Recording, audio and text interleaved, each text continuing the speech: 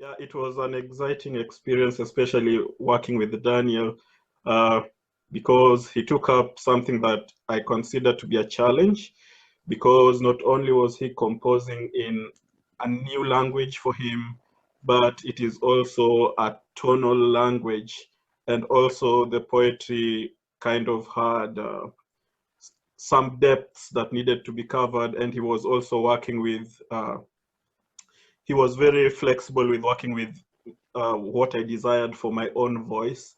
So those are issues that I truly, truly appreciated. I also appreciate that he allowed me to use my own text, because yes, we were to collaborate as singer and composer, but not as poet and composer. But he allowed me to use my own text, so that was a plus. So this shows the whole process. I have the literal translation, the actual words. The language here is Dholuo. Dholuo is one of the languages spoken in Kenya, and it is spoken on the western side of Kenya in a place called Nyanza. It is my native language. So I'll just read the English translation. And here I go. My child, many days have passed since I left you there in the world. It wasn't my desire. It was just my time. Now I have been planted in the soil like a seed that won't grow. My child, I know the pain with which I have left you. I know all the tears that you have shed, but you are not alone, because I am still with you, even when I have been planted in the soil like a seed that won't grow. My child, if you listen closely, you will hear my voice in the wind that blows or in the rain that falls outside. Don't be afraid, because you are not alone, even though I have been planted in the soil like a seed that won't grow. Kodhi ma odagiti, that is the title. Nyathina, ndalo mang'eny osekalo, nyaka nyicha aweyi e piny kanyo. Ne ok en dwarona, ne en mana sana. Koro osapidha e lowo ka kodhi ma odagiti. Nyathina, ang'eyo lit ma aweyigo. Ang'eyo pi wenge te ma isechwero. To ok in kendi, nikech pod an kodi, kata ka osapidha e lowo ka kodhi ma odagiti. Nyathina, ka ichiko iti maber, ibiro winjo dwonda e auka mauko, kata e koth machwe oko.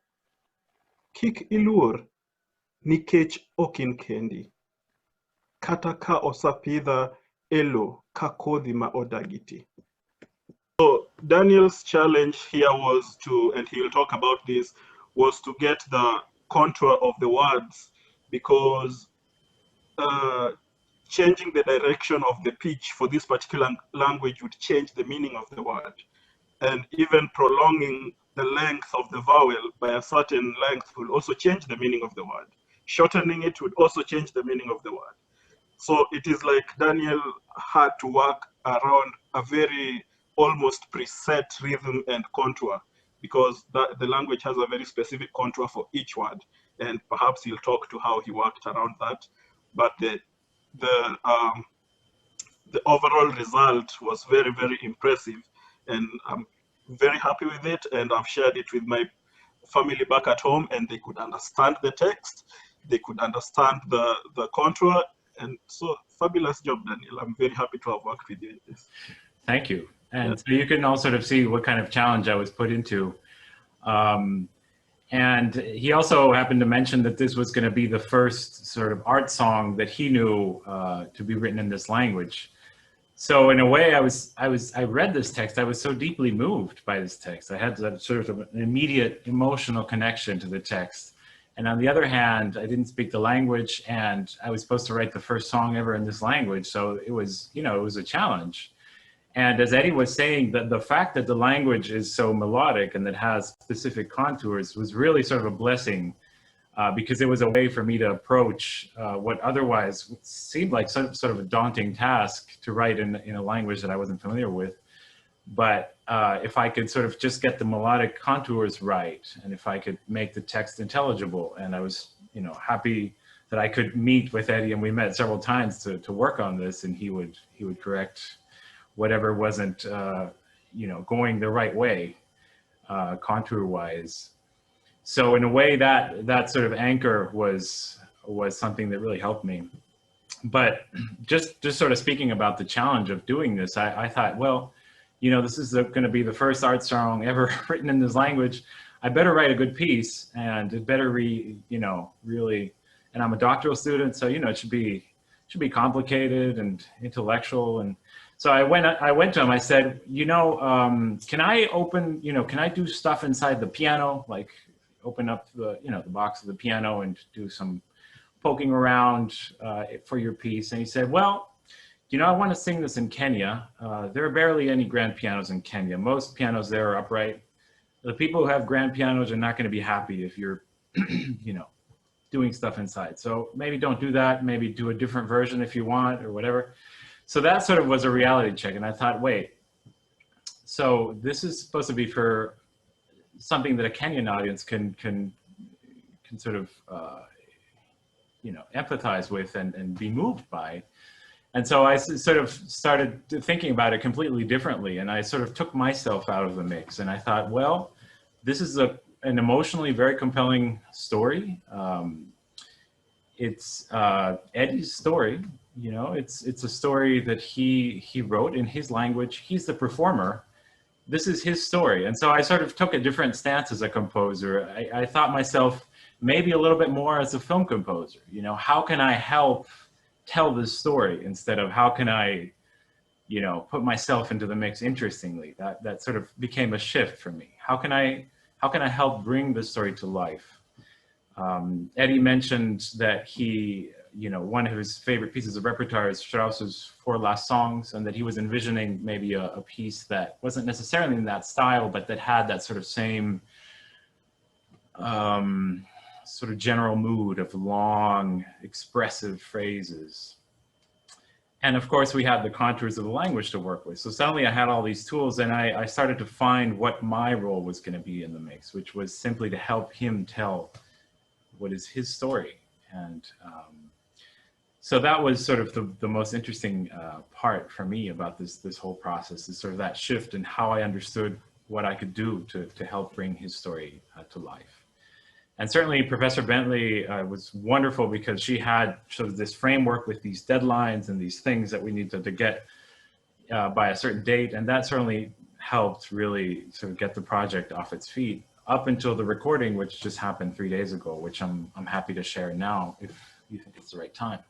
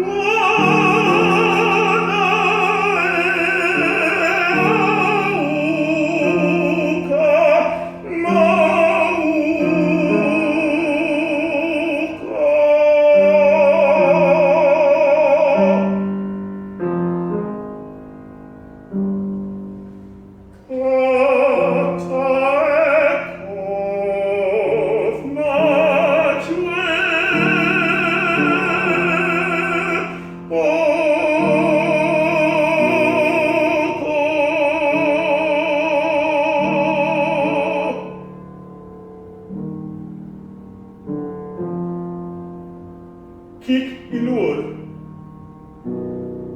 nikech ok in kendi.